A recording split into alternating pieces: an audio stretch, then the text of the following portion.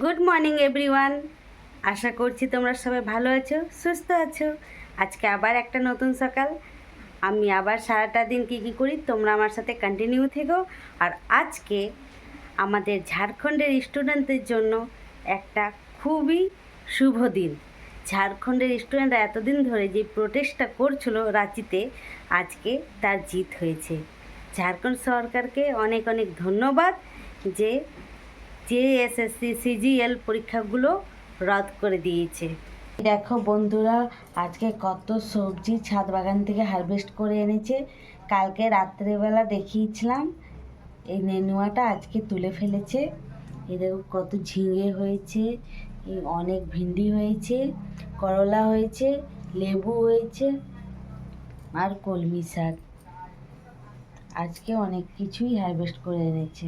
শাকগুলো এখানে রেখে দিলাম আর সবজিগুলো সব এখানে রেখে দিলাম, একসাথে মিক্স করে রাখলাম না।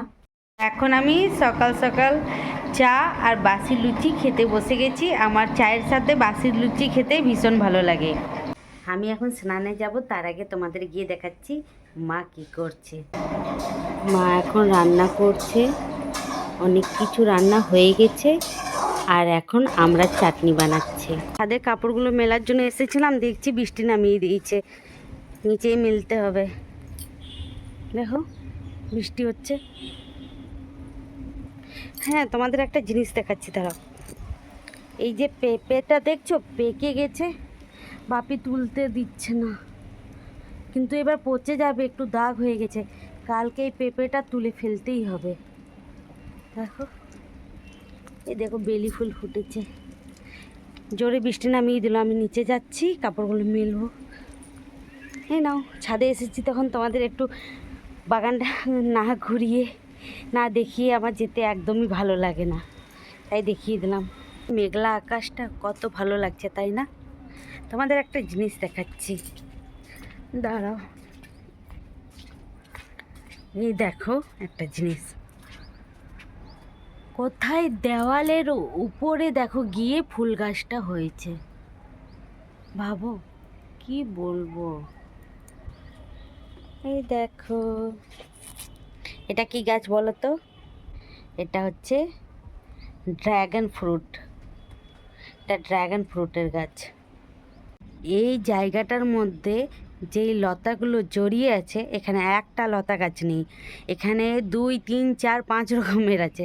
এই দেখো নেনুয়া, এখানে ওই দেখো ঝুলছে করলা। তারপর তোমাদের ঝিঙেটা দেখাচ্ছি, দেখলাম এখন। ওই দেখো ভিতরে ঝিঙে, দেখছো? এই দেখো ঝিঙেটা, এই দেখো নেনুয়া, দেখো নেনুয়া। আর ওইদিকে আবার লাউ। বৃষ্টি হচ্ছে,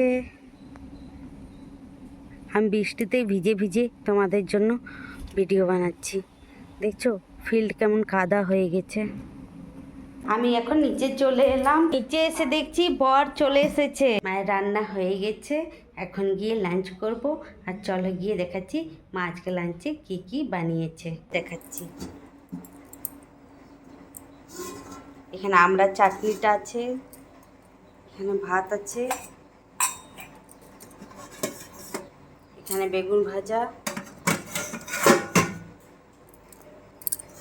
এখানে নেনুয়া ঝিঙে আলুর সবজি, নিচে ডাল আছে, এখানে শাক। এখন আমি লাঞ্চ করতে বসে পড়েছি।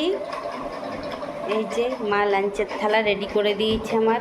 বন্ধুরা, তোমরা তো এখন আসানসোলের পরিস্থিতি দেখছো টিভিতে, নিউজে, যে এখানে আসানসোলে প্রচুর মাত্রায় বৃষ্টি হওয়ার জন্য নিচু জায়গাগুলোতে জল জমে গেছে, যেটা হয়তো বন্যার রূপ নিয়ে নিতে পারে কিংবা নিয়েছে অলরেডি। নিকাশি ব্যবস্থা ভালো নেই, যার জন্য জলটা জমে গেছে, আর যেটা বন্যার রূপ নিয়ে নিচ্ছে। অনেক মানুষের ক্ষতি হয়ে গেছে, অনেক হয়তো বাড়ির মধ্যে ফেসে থেকে গেছে। আমার নিজের বাড়ি আসানসোল, আমি হয়তো এখন নিজের বাবার বাড়িতে ঝাড়খণ্ড দুমকায় আছি, কিন্তু যাই হোক যতই হোক আমার তো নিজের বাড়ি আসানসোল। আমাদের বাড়িটা আসানসোলে হিল ভিউতে আছে, তো আমাদেরটা উঁচু এলাকা, তাই ওখানে জল জমার ভয়টা সেভাবে নেই। কিন্তু আসানসোলের মধ্যে যেসব নিচু জায়গাগুলো জল জমে গেছে তাদের একদম শোচনীয় অবস্থা, খুব খারাপ পরিস্থিতি। অনেকে হয়তো এখন বাড়ির মধ্যেই ফেসে আছে, খুব মানে দুঃখজনক ব্যাপার একটা। আমি তো ভগবানের কাছে প্রার্থনা করছি প্লিজ তোমাদের কাছেও রিকোয়েস্ট করছি, তোমরাও ভগবানের কাছে প্রার্থনা করো যেন কারো কোনো ক্ষয়ক্ষতি না হয়। যেটুকু বাড়ির জিনিসপত্র ক্ষতি হবার তো হয়েই গেছে, কিন্তু কারো প্রাণে কোনো ক্ষতি না হয়, সবাই যেন সুস্থ থাকে। ছোট ছোট বাচ্চা আছে, কারোর বাড়িতে হয়তো বয়স্ক মা বাবা আছে, অনেকে হয়তো আটকে পড়ে আছে।